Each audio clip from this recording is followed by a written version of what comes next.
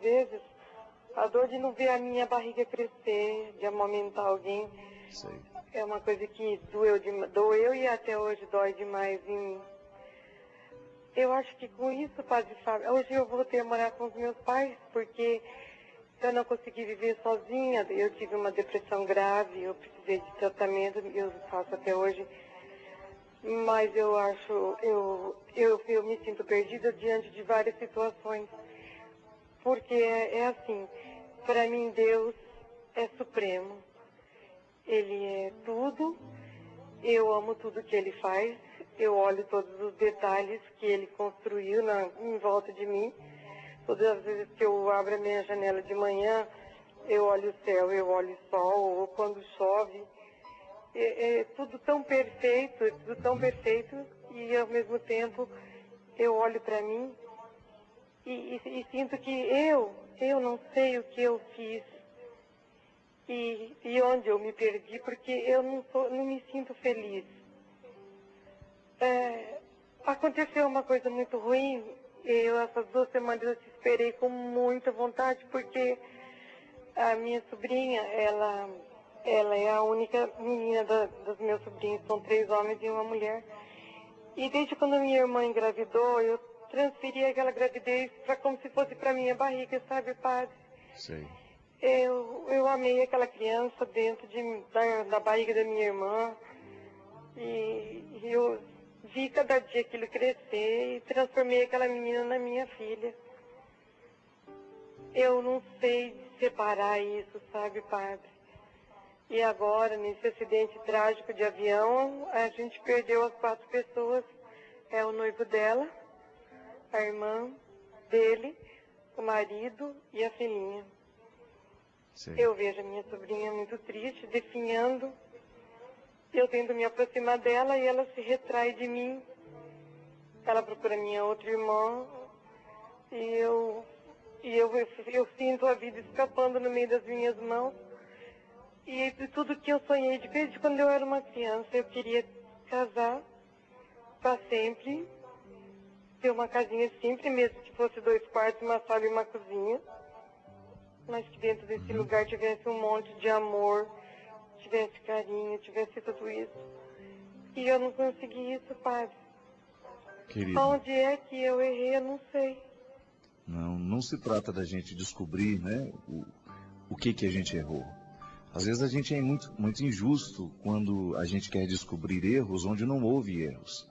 Uma coisa é você chegar à conclusão de que você pautou a sua vida a partir de escolhas erradas. Isso sim é erros. Você chegar à conclusão de que na vida você fez escolhas erradas e as escolhas erradas geraram uma infelicidade.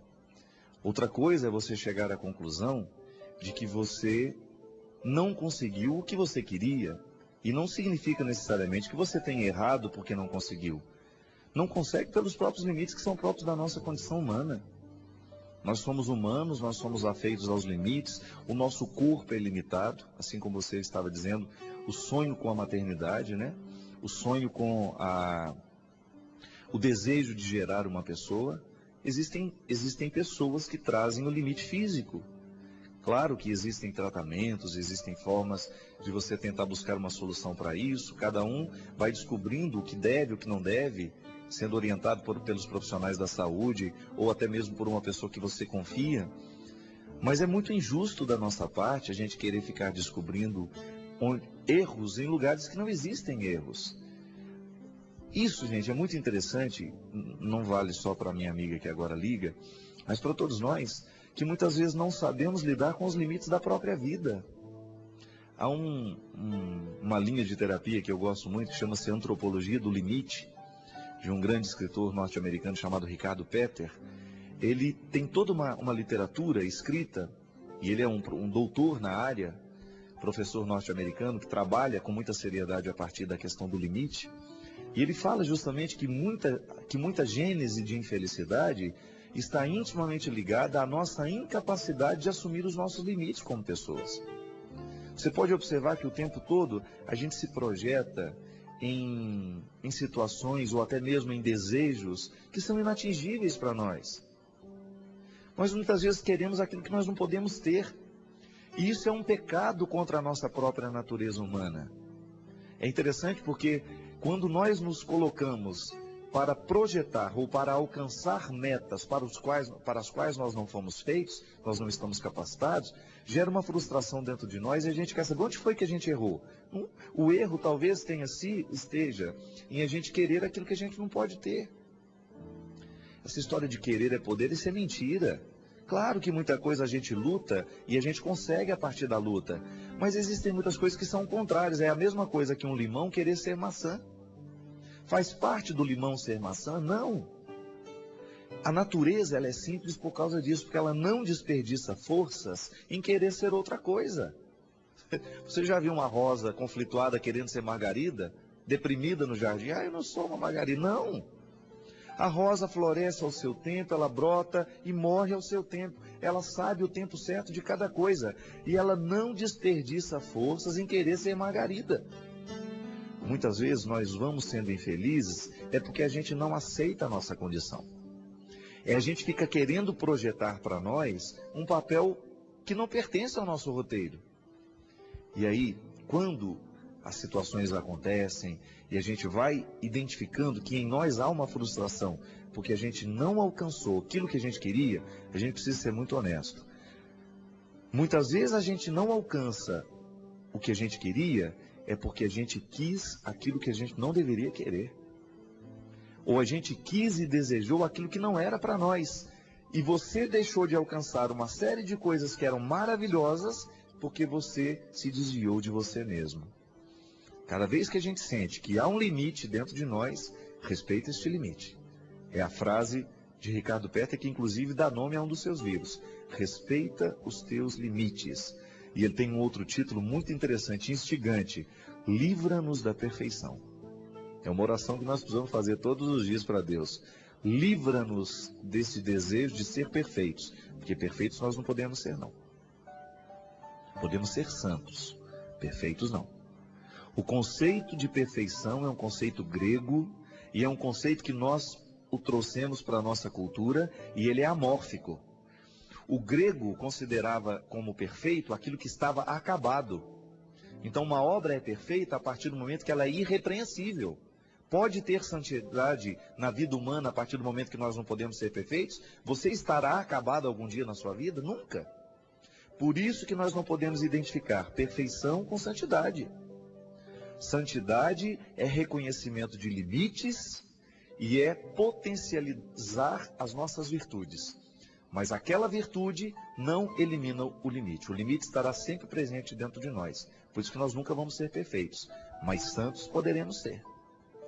Por isso que esse conceito de perfeição, que é um conceito grego, que muitas vezes é amórfico, ele não tem significado com a realidade, ele precisa ser extirpado dentro de nós. E muitas vezes, minha amiga, você se perde nessa infelicidade toda, porque você fica projetando uma vida que não é a sua.